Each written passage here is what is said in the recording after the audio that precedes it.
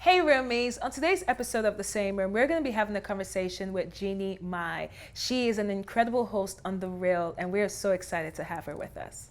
Today, we're going to be talking about self-love, overcoming shame, and how to identify healthy love.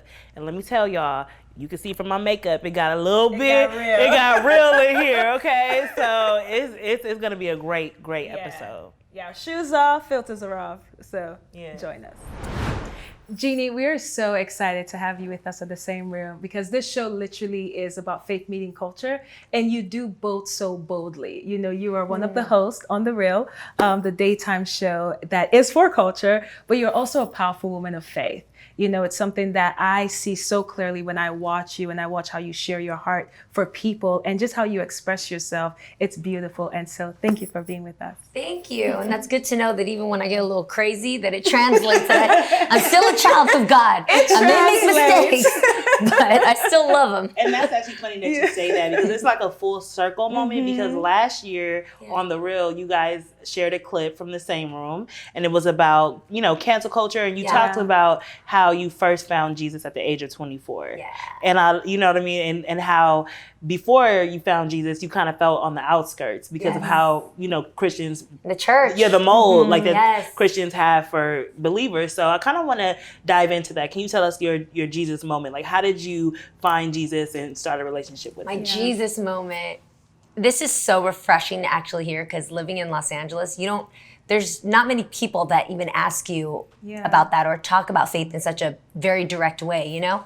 I feel like passing by like Urban Outfitters and there's crystals everywhere and then they're talking about like, you know, zodiac signs and stuff. You're like, does anybody still believe in just good old God, you know?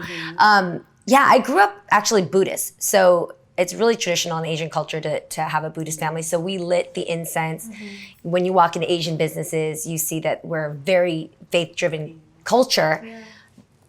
And sometimes, you know, you've got the Buddhist, the altar, and then you've got the incense, and then you've got the fruit. And then the Asians come in every day early for their business and they leave out fruit for the Buddhists and they leave out fruit for Buddha, and you pray for wealth and fortune, and those things just never really landed for me. And so I remember going to church with my parents, but I remember going more because I got in a lot of trouble at school. I had a kind of a rough beginning with my family. I've talked about this before in The Real, but I was raped when I was 9, and I had a hard time kind of trying to communicate with people and figuring out how to get some help with that. And also in my family, we didn't know how to talk about that type of thing. So it wasn't a safe place to figure out what to do. It wasn't a place to get help. And, you know, my parents were really young, and so it's nobody's fault, but it just was something that happened. So I remember rebelling immediately. I got tattoos at like 13. I was, you know, messing around with, you know, bad influences, friends, drugs. So I remember my mom trying to help put me in church because she had friends that were Christian and were on the good path. But I remember like in church, at least the ones I experienced, there was always this feeling of, yes, a welcomeness, but there was also a like praying something off of you or you know, you need deliverance, you know? And it's a weird feeling. I get it today, but at the time, it just felt like that bad part of me wasn't a part of me that I needed to understand in order to grow from and to heal. And that's what I needed. Yes, absolutely. So I turned from the church. I honestly didn't really vibe with God, and I didn't like the religious part of it. So my mom and I had a falling out when I was 16. I moved out, went to San Francisco, kind of started my career and everything. And for 9 years, I didn't talk to my mom. 8.5 years, about 9 years. And it was bad. It was really volatile, like to the point that my family would try to do family gatherings and I would walk into the house, and if she was there, I mean, it was a whole scene. You'd see bottles flying, words. It's crazy how much anger you can have in your heart when you don't feel love. Like it's truly the opposite that just kind of like, you know, breathes in you. And I remember being very easily easily offended if somebody didn't understand who I was. So whether it was my mom, a family member, or a stranger, I was always into fighting. So we did not talk for those 9 years.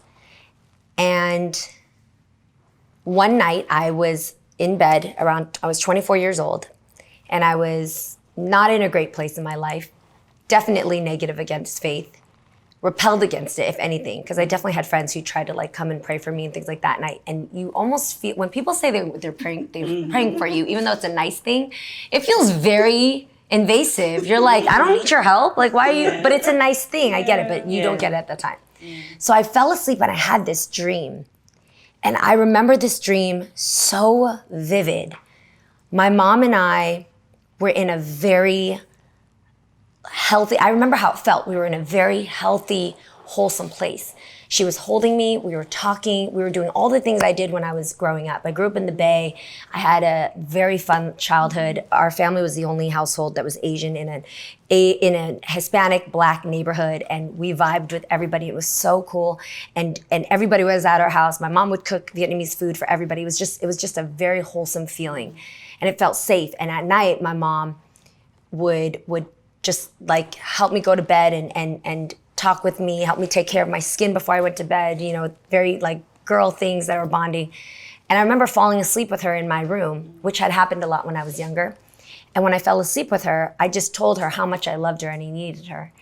And when I woke up, my face, have you ever cried like when you were dreaming, but you actually wake up and you're soaked? Yeah. So I had already been crying in the dream, but I woke up really crying. And I had like a line across my face from my sheets. And I just remember like, I was so shocked by it all. It was so real. Wiped my face off, went to work. And as I went to work, I was just in a daze because all I could think of was this immense feeling of need to talk to my mom, to communicate, and also that I missed her. But on top of it all, there was this voice behind it that was very clear in telling me, trust me. Mm-hmm. Just trust me, open up, and forgive. Wow. And I remember this feeling at the time. It was so rich, and it was comforting. It felt like I was held. And when I allowed my mind to go there and just play the voice, it felt like a thick, like almost like a thick syrup covering me. And it was more than my mom. It had nothing to do with my mom. It was actually this voice that made me feel like it would be safe. Yeah. So the day went by, and eventually I was like, I gotta get in touch with my mom. Now at that time, my family had fallen apart. Things had gotten bad. My mom and dad didn't live together anymore, so my mom went and lived on her own. And she actually it was so bad because my mom and I divorced and our family fell apart because I admitted that situation with my family member, that she lived in a U-Haul, like above a U-Haul storage in a small space by herself, and she didn't give the address to anybody. So I eventually was able to track down the address from her old boss, and I went there. And so my mom was in her darkest place too. So it was almost as if I could feel that, in feeling encouraged to see her. Now, even though I saw her, ladies, the wrath and the anger still came through when I opened the door and she saw me there. And we started, the first thing that came out was my initial response, which was like, how could you do this to me? It's been so long and you still make me angry. She's going back at me too. But there was this like weight on my heart that was holding me back and just kind of started to mute me. It started to get me to just like hush. Wow. And it got me to listen. And instead of arguing back with her, I just started to stay quiet. And when I heard her, I started to hear these things that I have never heard her say before. And it was almost like my ears were replaced with someone else's that heard words that she said. Instead of hearing them as excuses, I heard them as her story. Wow. And my heart, instead of being, feeling betrayed and receiving it like, this is all BS, I was listening to it and I felt like empathy for her. Like she had me when she was 16. She didn't know what she was doing. She ran from her father to marry my dad, who was, he was shunned because of the part of the country he was from. Just all these things that she had to go through. She didn't know what to do. And so I started weeping in that same crazy, wet, drenched way that I did in my dream. And we sat there talking for almost 6 hours, just going back and forth about why weren't you here for me with this? Well, I didn't know what to say. And again, that empathy, my ears were changed. So even though my mouth had things to say, my ears received it differently and my heart like embedded it. So your heart was softened. Totally. But it wasn't my heart, girls, because I'm telling you, my heart was not there. No, this heart was a hater. Like it was not there. So I knew it was mine, and I was trying so hard to fight to make it still be mine, but it wasn't. So by the end of our talk, we were so tired, I fell asleep. And this sounds so corny, but I'm telling you, this is so real. I woke up, same like sticky face from tears, and that line that was across my face came from her bra that I was laying on because I fell asleep. A grown woman at 24 years old, I was like lying on my mom's chest. Wow. And I woke up, and at that very moment, I felt God's syrupy, thick hug again, and I was like, okay, I get it. You're real. That's incredible. And from then on, I've always realized that what he does teach us, even though it's so hard, like being a Christian is real. It's hard work. It's a lot. It's a love transformation. It really is. It's a constant transformation. It's like, and I hold on to that old wineskin sometimes. I'm like, but it feels so good. Let me just lay here for a second. Yeah. But you know something that's so fascinating that you're talking about, because what you showed your mom was unconditional love.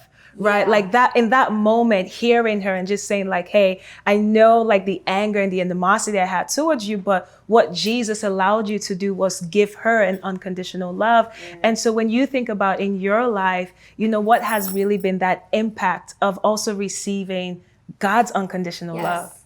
Yeah, you're absolutely right. And that didn't make sense to me then. But as I've grown now, you know, from 24 to 42, the moments in my life where I do see I've extended that unconditional love, or even just starting with ears where you just let it be his. Like listen as if it's his ears and just save your feelings for another day because it'll be there.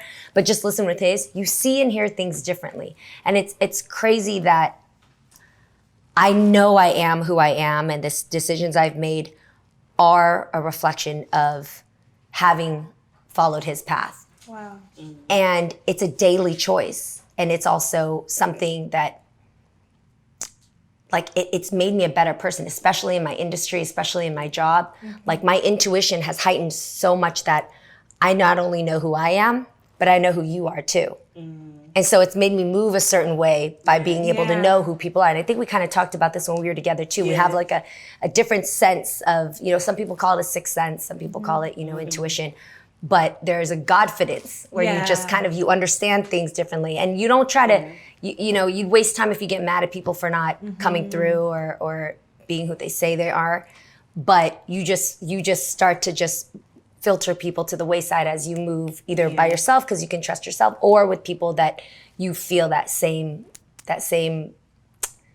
trust in or grace to let them figure themselves out too.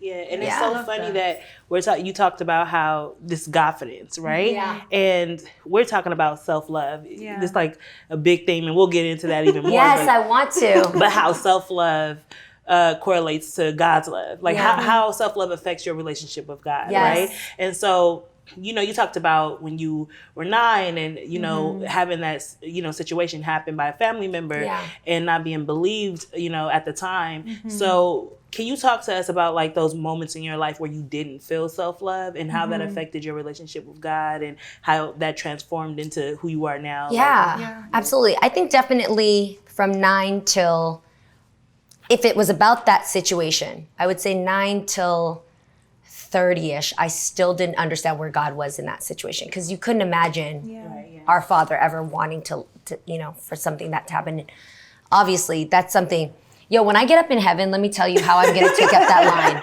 I know there's a pearly gate. I get that y'all have like different reasons that we may be there at different times, but I'm going to hold that spot on his lap for so long until I get all my questions answered. I have so many questions about why this fool was born, why this happened, why didn't you stop me here? Like, you know, but that's one of them. Like, I want to understand that. There's so many, I mean, you know, we hear news all the time where you're like, how could that happen? And I don't have an understanding of that now, but what I do understand is the power he's given me to heal, to forgive.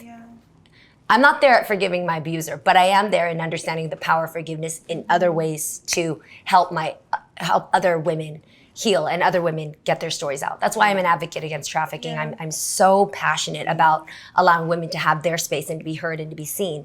So I wouldn't have gotten this same type of fervor without having that happen to me before. So that I get, and I'm thankful for that. You know, I know that I have a different passion for women directly because of what happened to me. Yeah. But I do think that situation taught me to have mad respect for myself. It took some time, but I have a very steel wall about what I will and will not accept, and what kind of people I surround myself with, what kind of choices I make in my career.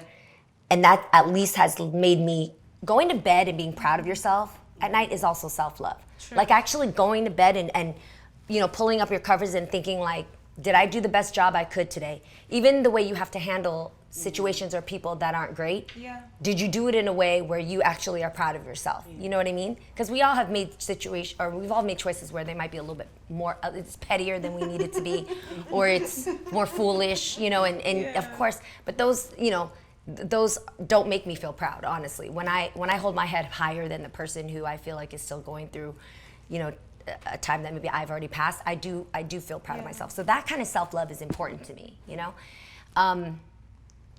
When I went through my divorce, I think that was another time that I felt really ashamed, because I made that choice. Like there's nobody that can tell me like I didn't make that choice. I didn't walk down that aisle and say yes. I didn't stay in it for 10 years, you know? But I know for myself the lessons I learned through that. And I can also see, the crazy thing is, for any woman who's gone through divorce, she can tell you this. For every year that you stayed in that you knew you shouldn't have, you know the reasons why you did, and that is the part that needs healing the most. That's the part that needed that's the part that needed to go throughout that in order to learn where you are today. Yeah. Like Angie and I talked about, even today in my new relationship, like I know that, you know, people know about our relationship, and of course I'm very thankful to have a man who is like-minded and who also values himself and life, and enough that we both respect ourselves first to not disrespect the other, because we know what respect feels like. But at the same time, if that doesn't work out, like I'm still whole and I am okay because of everything that I went through. Like that's not rescuing me. That's not making me now accomplished and figured out because I'm married and I finally got it right. No, because I've had grace and unconditional love for myself through what I've been through and the choices I've made. Now, no matter what I have, whether it's a marriage or not, I'm whole and I feel good in myself, and I'm still a work in progress. Yeah. You know, so that's self-love to me. Like as long as I remember that, because sometimes we'll get to a good place and then we'll find either a great job or a great man, and then you feel like value on yes, that. And then if that gets shifty, then you lose yourself and you're back to square one, you know? Or you can have the opposite of that. You don't have it, and then your value tanks. Your value is in that thing. Because that's a personal thing. Care to share? Listen, I can share a lot about that. I really can. I mean, you know, but you. No, and because we were talking about this, like everything you just shared is what we were having a conversation about, because even how like self-love is not a destination, right? It's this ongoing journey, because you mentioned that every year a woman stays in something that's not for her. There's a discovery of something that needs to be healed. And that's literally, I feel like that's the journey of self-love, like the discovery of your insecurities, the discovery of the things that, and it could be, it doesn't even have to be something that is like spiritual. It could literally be weight. It could be looks. It could be a relationship. So what you're saying, because we tend to put value in external things over who we are. And when we've discovered that, it's like, oh wait, no, I'm more valuable than anything else that's outside of me. But we were, it actually, you're laughing with her. It's so funny because I'm actually, I want to say something on that too. Tap me in, sis. Tell me. No, I Jim will tap you in. No, I mean, you were talking about why am I pointing. I didn't even notice I was pointing at myself. It was like a subconscious thing. Like only you know when you're like, oh, that's me. But we were talking like yesterday just about doing this, right? And I was making up every excuse. I was like, okay, I'm sick. I can't do it because Why? Because I gained 15 pounds during a pandemic. I gained my pandemic weight, and I hate being on camera. Like, I want to sit like this because I don't want my chin to show. Like, all that type of stuff. It's crazy because I thought you looked so banging when I walked in, but that's what you're thinking. I get it. That's your lens. And so when we're talking about self-love, right? Because I tend to, my self-love, I think I'm on the journey, right? And we talked about that at dinner that day, is that I'm on that journey, and I tend to say, okay, I can love myself if I'm a size, 8. Right. But if I'm a size 12, 14, you know what I mean? Then the love kind of wanes, right? So when we talk about attaching your self-love to kind of your value in society maybe, or how you look and things like that, to me, how do you find this like sturdy self-love? Because you had unconditional love for your mom. Yes. And you said you felt God's unconditional love for you. Yes. How do you find unconditional love for yourself? That's such a good question. Mm-hmm. Yes.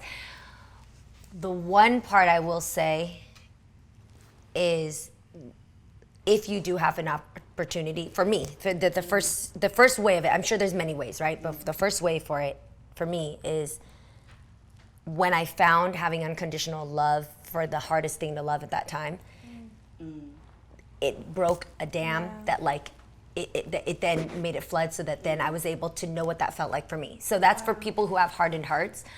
I'm telling you, the prize at the end of that, if you can find out how to love that person, or how to at least have mercy for them, have grace for them, whatever it is. And I still have some, like I just told you, there's people who have hurt me that I still don't have that for, but I leave that as to be continued, because I want to find what is the Jeannie after that, because there's a reward for me if I can do that, But for somebody who doesn't have it for themselves, there's this quote that I remind myself of, because it's helped me so much when I remember it. If a flower doesn't bloom, do you blame the flower, or do you blame its environment? Right? So imagine, like, if this plant didn't bloom, are you going to like blame the plant and check the plant, or are you going to check the soil? Are you going to check the light? Are you going to check the air around it, the humidity? Because that's the reason why the plant grows, right? So we are that flower, right? But if we're not growing, or we're not sprouting or blooming the right way, what is your environment? Who are you talking to?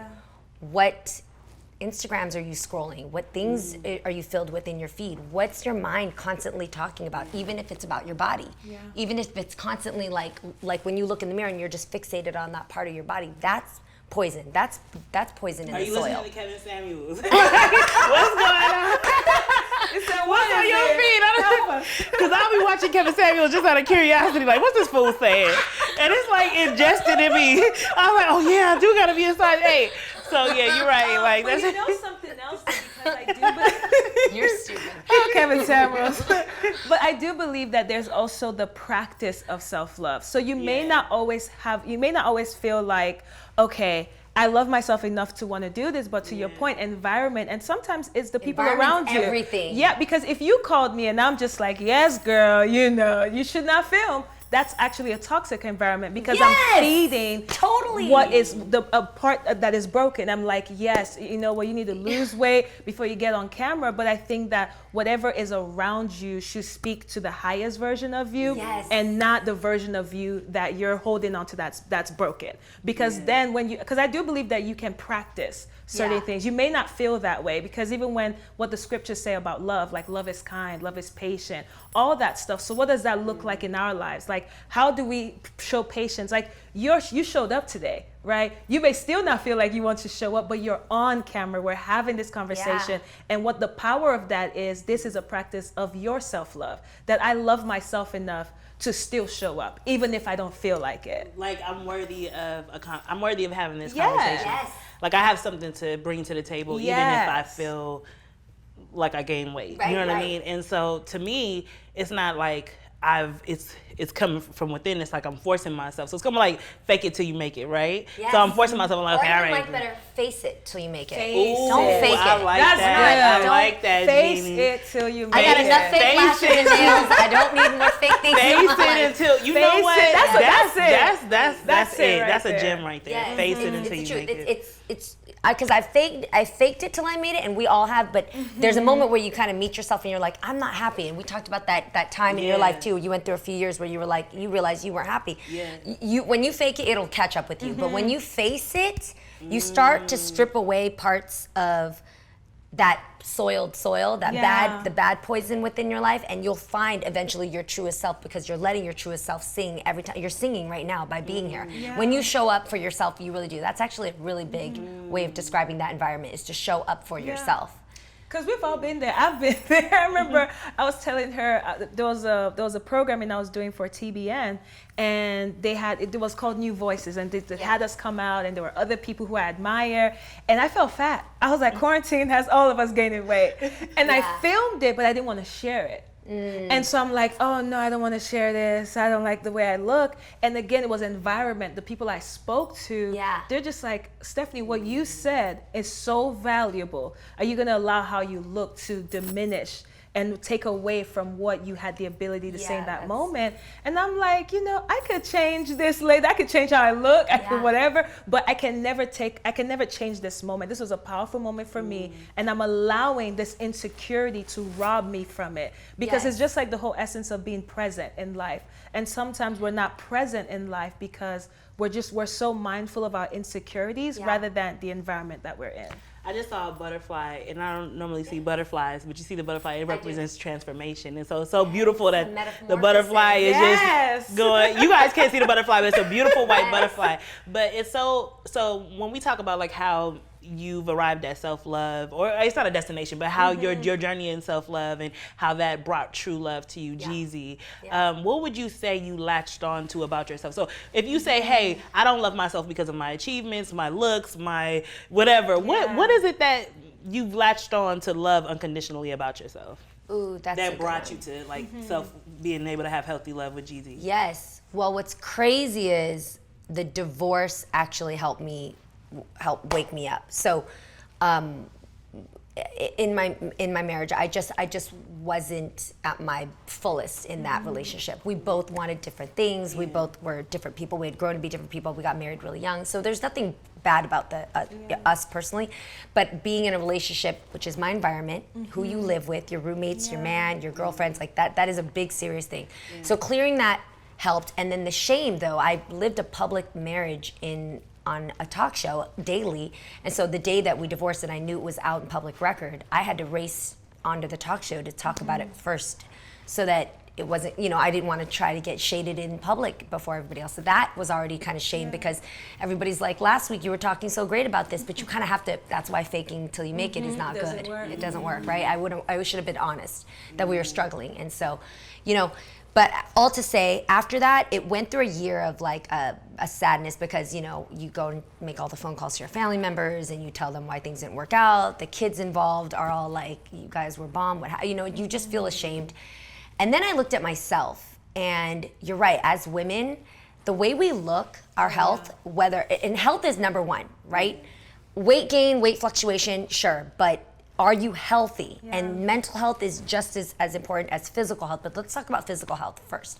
Because women who, we are in a business where we are blessed to have glam, and we are blessed to kind of be constantly reminded what the newest hair and the newest face looks like. But women who don't have access to that, you can tell when a woman kind of starts to let herself go. You can tell when we don't prioritize ourselves. And sometimes it's moms, because, you prioritize your kids, your family, your household.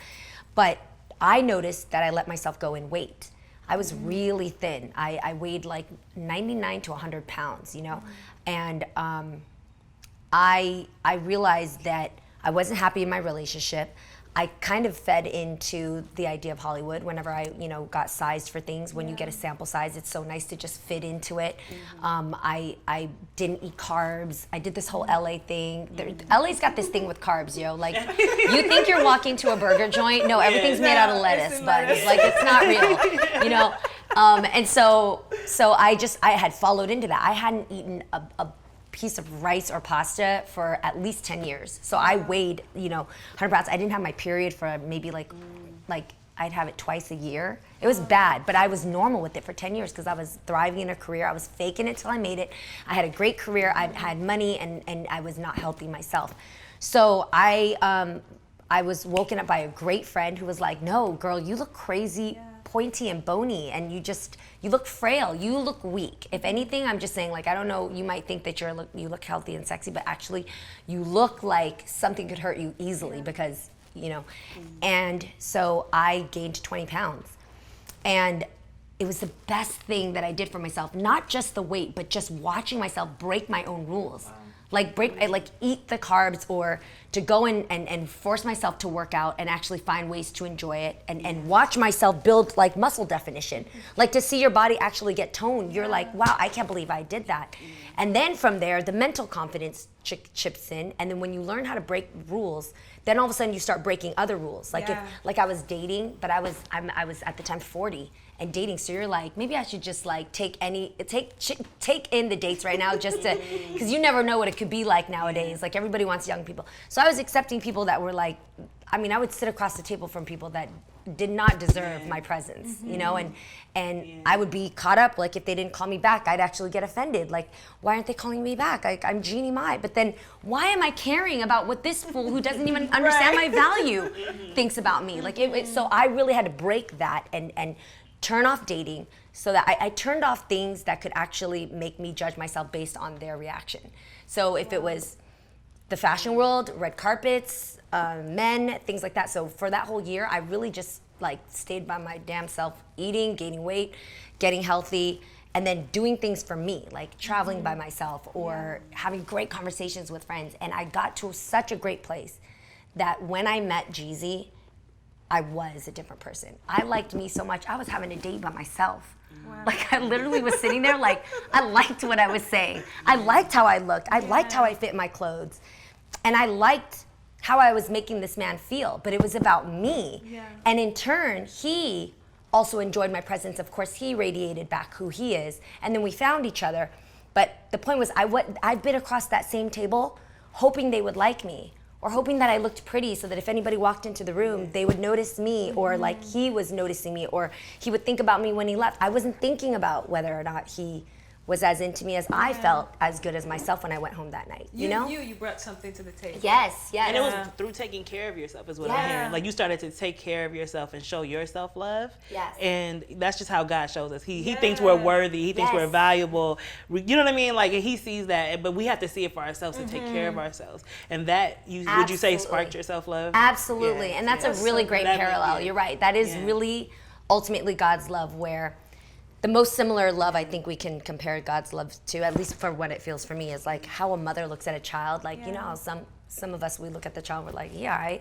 But the mom's like, this kid is an angel, this kid is beautiful, this kid is like, look at it, stunning. You're like, okay. I get the chamber when they send posting like, post my child's amazing. We be like, but other mamas, the moms think all their kids are stars, and it's just like, exactly. But you are supposed to have that about yourself. You are, you know? And so even I ask you this, Ange, because we did talk about this before, and I love Dan so much. When we went out to eat, I was like, the next time we're not going to be sitting here eating, because we did order half the restaurant. Don't lie. You and I ordered half the restaurant, but I was like, we are going to go hiking. Like I want us to be talking and hiking and being outside. Yes, and I will take you.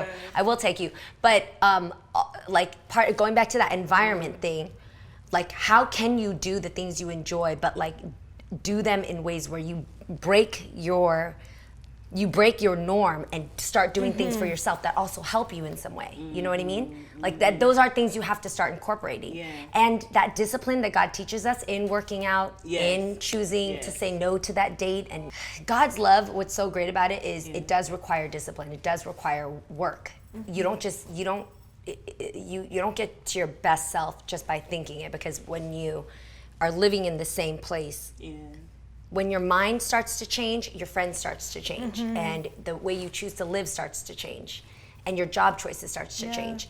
So you have to discipline yourself and you have to show yourself and make those changes. And what does that look like? Like you would only know for yourself, but when you get up in the morning, like for me, I used to check my phone first thing. Like my phone was right there, and it would be my alarm, it would be my first thing of news, it would be my text messages. I don't have the phone in the room anymore, or it's like, it's not reachable, you know, like somewhere else, you know? And I actually have on Amazon clocks for me and GZ to get, because I want us to use alarm clocks, because it's too easy to use the phone. But that phone that's not discipline. Like you already work in social media, like there's no point, so that's the first thing you do. And then what do you do? How do you control, if you have the ability to, tell your assistants or start your day at a certain time so that you do you first? What is that? Is that a morning walk? Is that a morning run? Like, how are you disciplining yourself, I think that we don't discipline ourselves enough to take care of ourselves first. I love what you're saying even about discipline too, because I do believe for everyone watching, like even when you talk about the divorce and all of that, and coming into a place of healthy love with yourself before finding that with someone else, because I think that's where the gap comes in, where we start to settle. Like when we reject, let's say, discipline, when we reject things that would actually cater to us, then we're looking for who can meet us and keep us where we are, right? And so the whole concept of discipline is like, I might be here, but I'm not gonna stay here. So I don't even want something that would keep me in this level. That's so That's not good. going to just be a placeholder for now. Yeah. Right? Yeah. that makes sense. That's so good.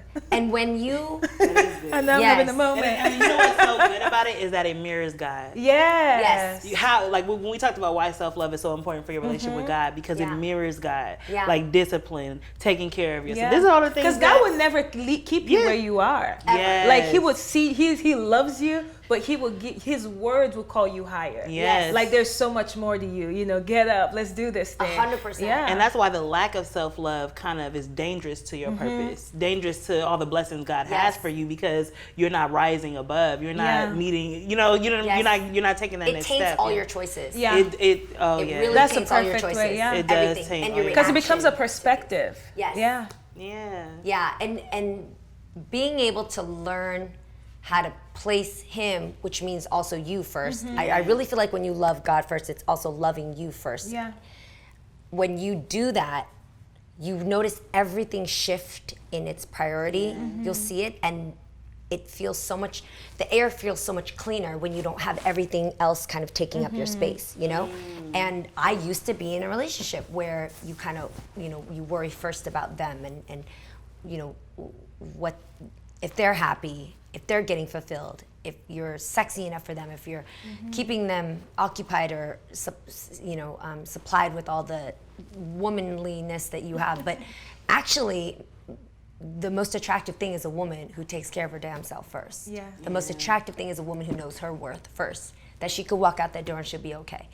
And I know that for both of us. You know what I mean? And so because of that, we have an equal respect to each other, where we serve one another, and we also do that by serving ourselves so that we can be the best for ourselves and then each other, So I think that I'm actually excited for you in being a single space, because I didn't know that for that long. I only knew that after 40. And I told you about this. Like, I don't want you to wait that long to get to where I am, to have learned that. But for you and every gem that you're picking up now, like, you have so much time to enjoy this process of getting to that, rather than waiting for a life tragedy to hit, I feel like, that's where I'm at right now. I'm like, before I was like, I have are to in have that place right no, now. no, It's so good. Before I was like, I have to have a husband. Where is he? I'm 31. Like, where's my husband? Now I'm like, okay, I understand why I'm single. I definitely need this single season, but now I got all this mess I got to deal with. Yeah. So that's where I'm at right now. But when we're talking about these promises we want to make to ourselves and how we want to start taking care of ourselves, if we could all go around and just talk about what's one promise in this new upcoming year that we want to promise for ourselves, to, that's involving self-love and kind of leveling up. What would you say it is? I think for you? mine would be with weight, because I've always it's real. Stephanie, look at how nice Stephanie looks, y'all. See, But that's a step thing. I want to hear be specific, because I'm excited to see you when you're there. Yeah, so because I've struggled since I was a kid. I've always gone, like, it's been an up and down thing, because I remember as a kid, a family member said to me, and I think that shaped it did something to me that I didn't realize had such a stronghold, and I was changing in front of a family member. What and did the so, family member say? because they looked at my thighs and they were like, "Why are your thighs touching?" And I'm like, I don't know. Like, aren't they supposed to? They're like, no, your thighs. And I was a kid. They're like, your thighs shouldn't be touching, like you should lose weight. That's not okay. So somehow that created such, I mean, I went through moments where I would binge eat, then I would not eat at all. And then I remember one time I was like, food is the devil. It just goes in you and just leaves you fat. And I remember one time I almost fainted just out of not eating. Then I would just have this up and down, up and down, up and down. And it was always about, okay, I'm going to work on making it to a goal. Like if I lose this much weight, then I'm good. But when I lose that much weight, I go back to eating again. And so for me, the promise I'm making to myself is that I'm not looking to be on a journey of a targeted weight loss, but a journey of living healthy. And not about, so I'm eliminating all the diets, all the, you know, like it's not about like, let me try this new diet, let me try that new thing. No, what works for me, what is healthy to me, what keeps my body alert, what keeps me going, what gives me energy. And I love working out, but then I'm working out now from the place of, I love me. I'm doing what's good for me. Perspective is everything. Not that I'm doing what would get me to this target so that I could appreciate myself more. No, it's a journey. And I want to be able that when I'm 80, I want to go for a run. You know, and not just when in 6 months, I want to look like this for a photo shoot. Right? So just a more of a longevity perspective when it comes to my relationship with my body.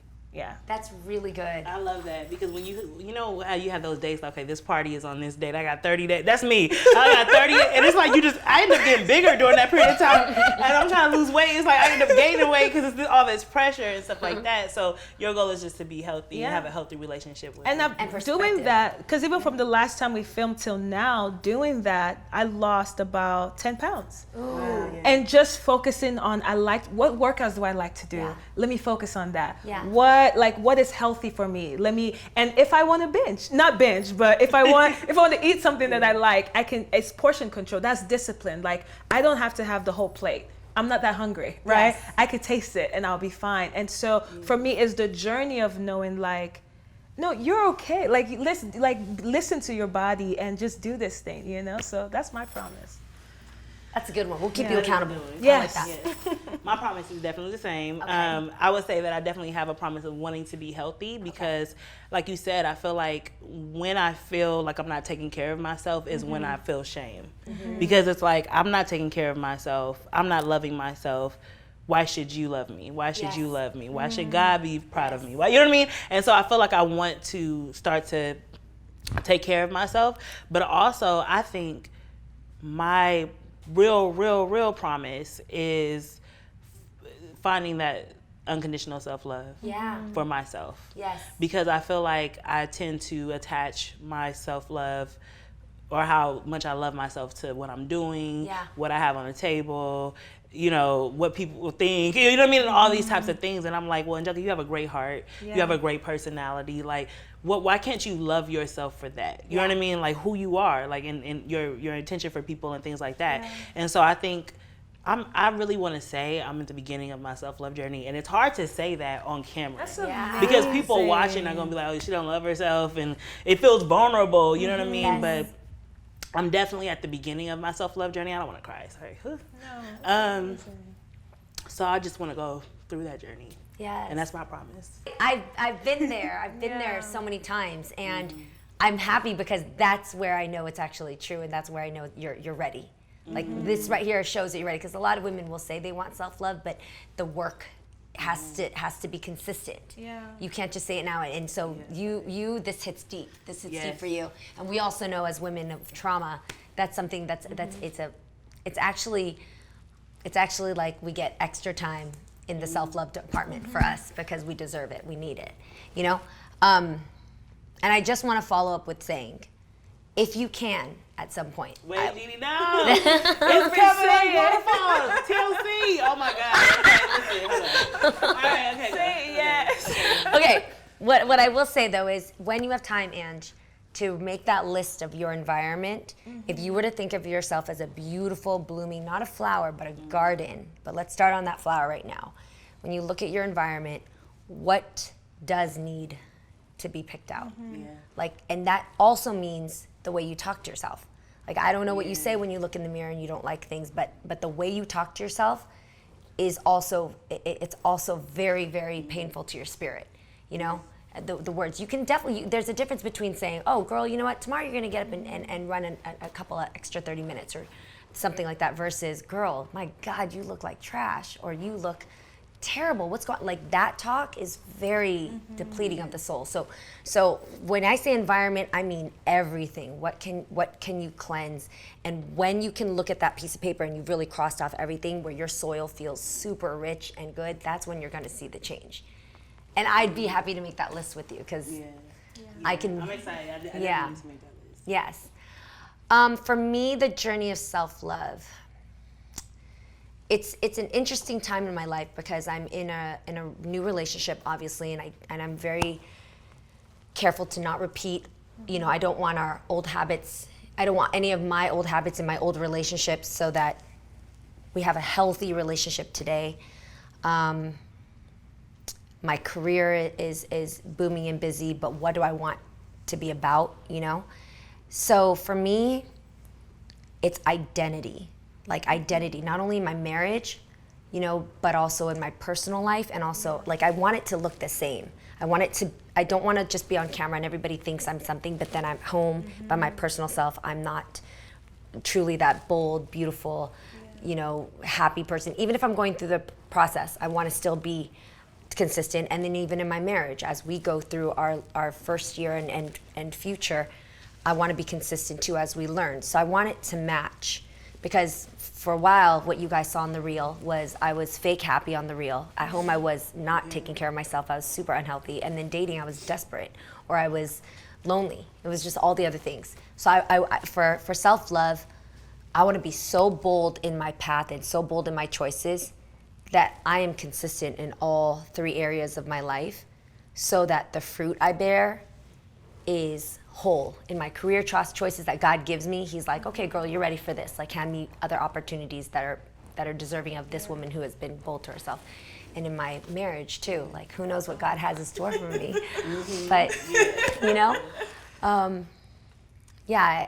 I know it is a really tender thing to talk about, you guys, because it's up to us. Like, these things we're talking about are up to us. Like the love of God in this room, because it's so, like, it's getting out of hand. It's getting out of hand. I ain't gonna lie. No, because this conversation, I think that it goes, like, what we are even feeling in this moment. Like, I believe, like, everyone watching is gonna experience that, you know, because there's something so, like, when you're sharing about identity, you know, Angie, you're sharing about, like, even the vulnerability to say, like, no, I'm in the beginning of that journey. Can we no, we're not. Please, can we get let's get tissue. I'm like, we need the I was trying to hold it in, but it's getting out of hand.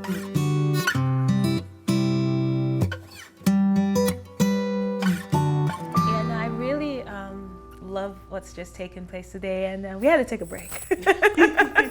But I think the beauty of it, like, it's speaking so much volumes to me, because even when it comes to Angie, like, when we met, there is a love I have for her that is not me. Like, it is almost like if God could try to express love for someone, because anytime something affects her, it gets to me. Yes.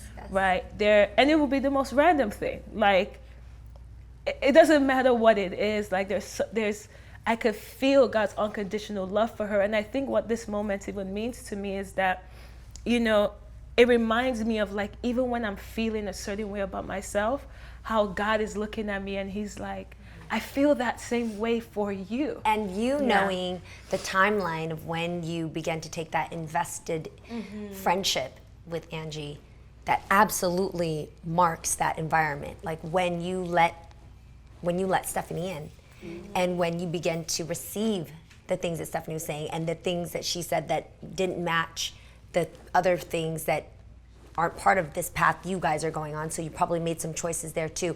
That's part of the environment. Yeah. Yes, and so I'm proud of that too. I'm excited for that. And the great thing about it, Angie, I love what you said just now, which was so real. You said, when you're on the other side, like, it's great and it's clear, but when you're in it, and then you just broke off, because it feels that deep. Yeah. It feels that deep of a plunge. And So I'm not great with verses because I didn't read the Bible as good as Stephanie.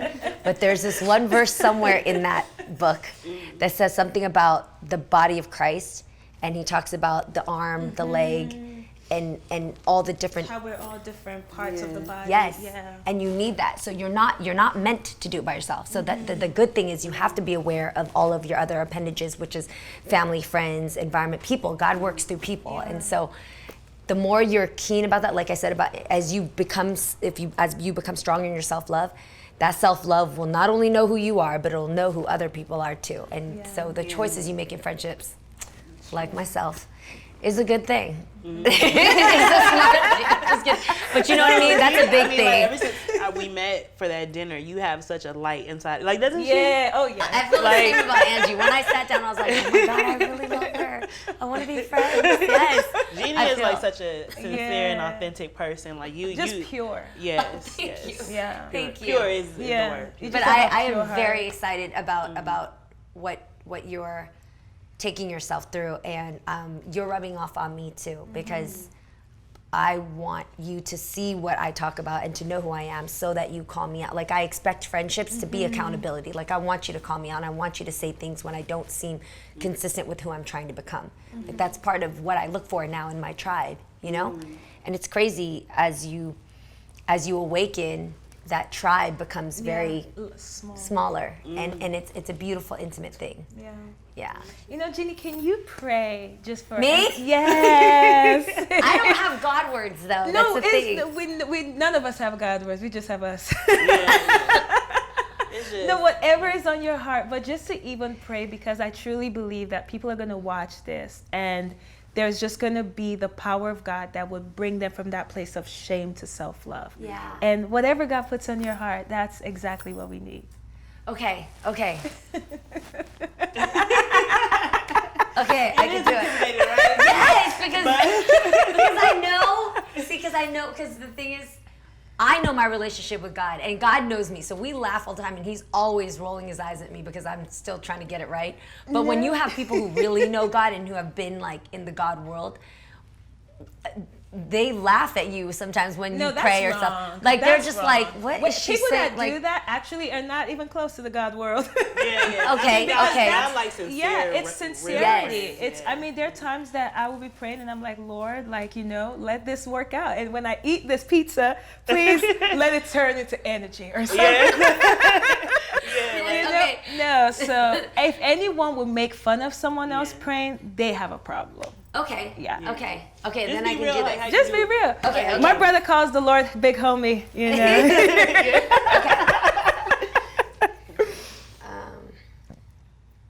Hi, God. I am so incredibly thankful that you hooked this up today. This is so dope. This is so dope. I mean, we're not just talking amongst us in this room right here. We're talking to so many people out there who decided to tune in for a very specific reason, because you put this on their heart, God. So thank you for making this happen. God, you are so dope in so many ways. You set up our lives. Like, how do you have the time to set up every person's specific life with their specific path and choices so that we could become exactly what you intended us to be? And the process, yes, I'm gonna say right now, we do complain. I know I complain a lot sometimes. I get lost in the sauce and I don't know what you're doing. But I do thank you, God, because I trust in you. I trust in your love.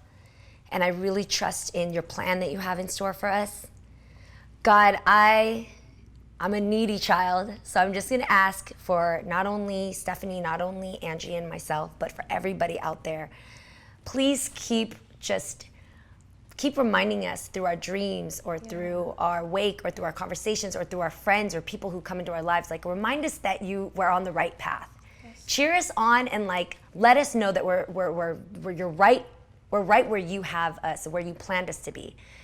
And for Stephanie's path, I pray that when she looks in the mirror, when she gets up in front of people, when she makes those choices to break those old rules of diet plans and things like that haven't worked for her in the past, that you are the one that guides her and you cheer her on and you let her know by seeing the reward just by her reflection, and more importantly by the way that she feels that she's doing the right thing. that the numbers and the pounds don't count, but it's really just the number of smiles that she has throughout the day over herself, that she realizes she's on the right path.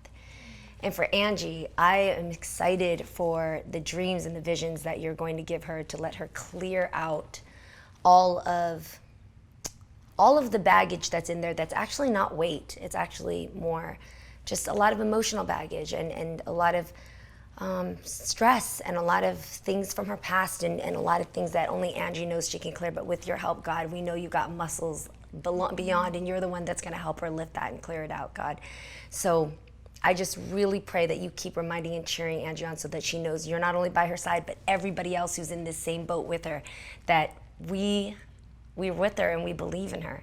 Yeah. And for me, God, I thank you for these friends. I thank you for this gift of being able to have you to call out to at any time. The Wi-Fi is never low with you. You're always there to answer us, and that you hear my heart and you make me the most amazing leader and most powerful woman and just the most blessed human being that I could ever be, because that feeling alone is the greatest gift of life. And I pray for every single person out there who's watching this. I pray that if they're in the same boat, that they understand that you are right there holding them, God. You're holding their hand, you're behind them, and that they can do everything through you, God, and to take one step at a time. Just take one step, and each step will lead to another, and that they absolutely can reach their highest self through you. And thank you for friendship, God, and thank you for being so fly. Amen. Amen. That was a good prayer. That was amazing. Oh, God.